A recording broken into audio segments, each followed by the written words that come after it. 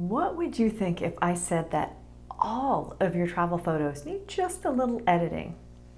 Well, when I've said that before, I get responses like, oh, my photos don't need editing, or I want my photos to look natural, not photoshopped. Well, in this video, I'm going to tell you 3 reasons why your photos, and I mean all of your photos, need just a little bit of editing, and why it doesn't have to be as hard as you might be making it. Hi, I'm Diane, and this is the PhotoFluent channel. Our goal here is to help you turn down the volume of that inner critic, get comfortable using your camera so that you can create amazing travel photos that you can't wait to share, print, or heck, even maybe sell. You definitely want to subscribe and turn on the notifications so that you can keep up with all the good stuff that we're talking about. All right, let's talk about one of my favorite topics, and that is editing. Why is it one of my favorite topics? Well, because I love seeing the transformation in my photos and in my students.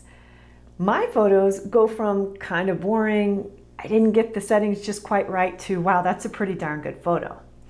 And my students go from my photos aren't that great to wow, my photos are pretty good.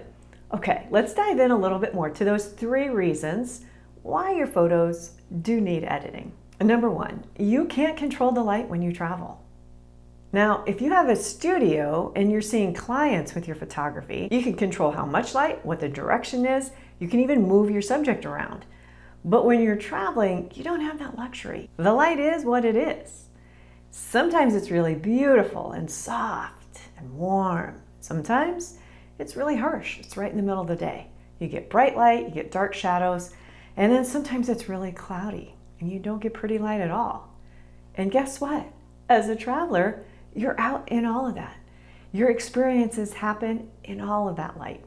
So you get back and your photos are kind of mixed up in the lighting department. Now, being good at your exposure settings of your camera can help, but it doesn't fix it completely. There is only so much control you have with your camera and the settings. So let's look at this example. This photo was taken in Venice, Italy. And you can see how there's really dark areas and bright areas where you lose the details. But with a little bit of editing, the details come out of the shadows and of the brightest area. Suddenly that sky is blue and the clouds show. After a little bit of editing, this image has more interest, contrast, and pop, and I would even say more vibrancy. This is a really typical middle of the day, high contrast photo that we get when we travel.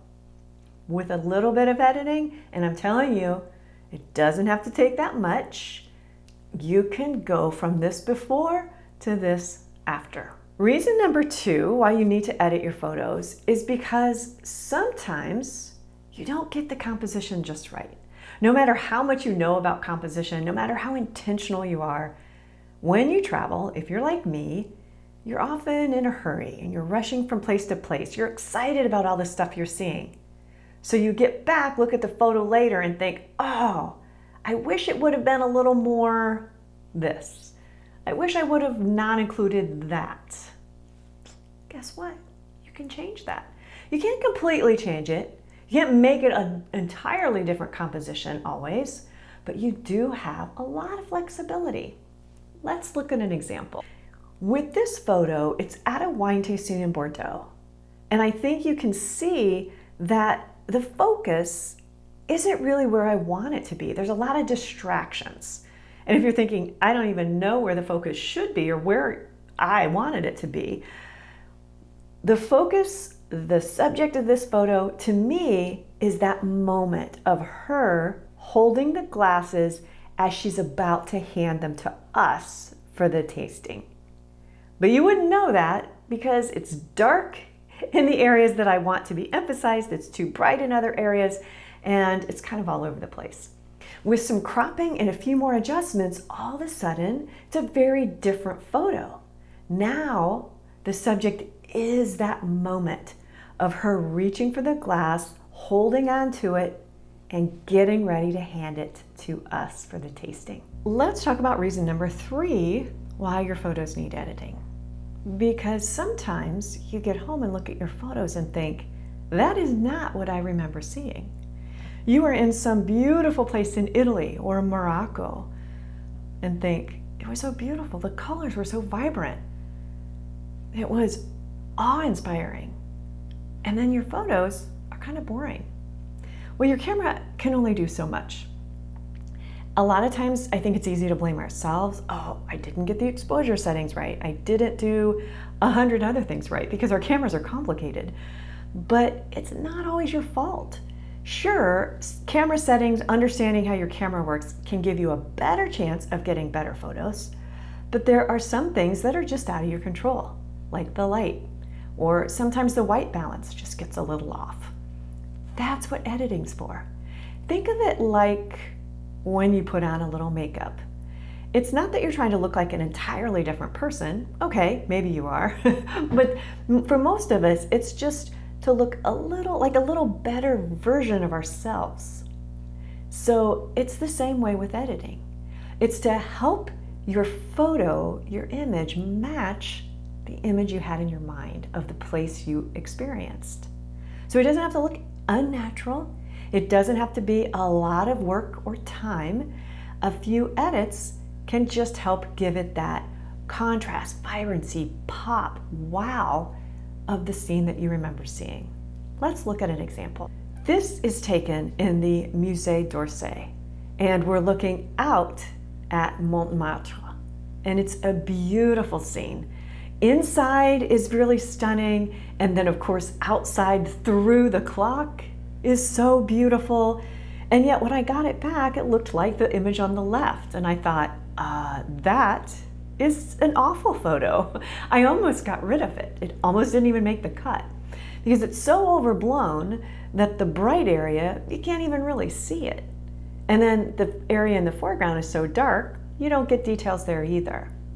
But then with some editing, and I did a little more editing on this one than I normally do, but I just kept trying a little of this, trying a little of that, and I loved the end product. So now it's one of my favorite photos. It really gave it that extra pop, vibrancy. And now you can really feel like you're in that room looking out and seeing that beautiful scene through the clock. So why don't people edit? If you have this amazing transformation in your photos, why don't people edit? Well, I think a lot of it comes down to fear. Fear of the unknown, fear of failure. Technology can be a little scary, and some people have either tried it and didn't have great results, or they're just afraid of trying because they are so sure that they'll fail, that they won't be successful, that it'll be too overwhelming, too confusing. So let's just take all of that off the table, because I use Lightroom. I don't use Photoshop. I know Photoshop can be really overwhelming and confusing. I get it, Lightroom maybe can feel that way too. I'm sure when I first got in there, it was overwhelming and confusing. Okay, I remember, it was. But it has a much easier learning curve, and it's non-destructible. So when you get in there, you can try some sliders, see how they work, and voila, your photo's changed. And if you don't like it, you can just reset and go back to your original photo. I absolutely love seeing the transformation in my students' photos and seeing their aha moments. To see the look on their face of, wow, that photo is pretty good. Because they submit it, we do a photo review, and then I say, do you know what it could look like with a few edits? And they're like, don't really know. Or they say, this photo is really bad, can you help me figure out what I did wrong? And when I tell them it's not really a bad photo, it's actually pretty good, it just needs a few edits. And when I show them those edits, it's like the mind blown emoji. And it's really fun to see that evolution. Right now, my students and I are working together on a lot of editing stuff inside the PhotoFluent Circle. And if you haven't heard of that, it's our photography membership exclusively for female travelers. There'll be a link below. Make sure you get on the wait list because doors will be opening for enrollment very soon. Now let me know in the comments, do you edit your photos and do you love or hate it, or somewhere in between? If editing your photos is intriguing, but you've either tried it and gave up or just haven't tried it because you're a little bit afraid of it, make sure you watch my video of how to edit a photo in under 5 minutes, because it doesn't have to be hard, and I show you really quickly how just a few simple edits can transform your photos. And don't forget to subscribe, because next week I'm going to be doing some editing demos, because that's the best way to really see how it all works, is to see it actually happening. So have a great week and weekend, and I'll see you in the next video.